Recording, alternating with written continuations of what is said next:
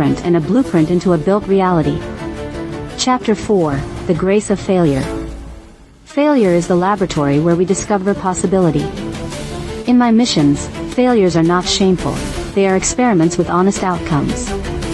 Each setback teaches geometry, angles of approach that work and those that don't.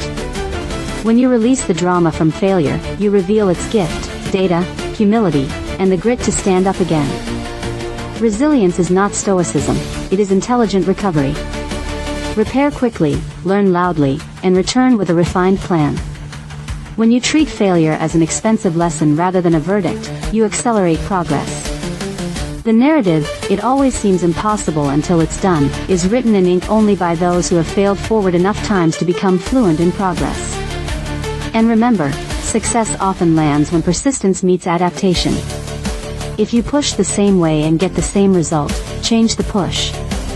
Adaptation is the art of keeping the mission alive while changing the method.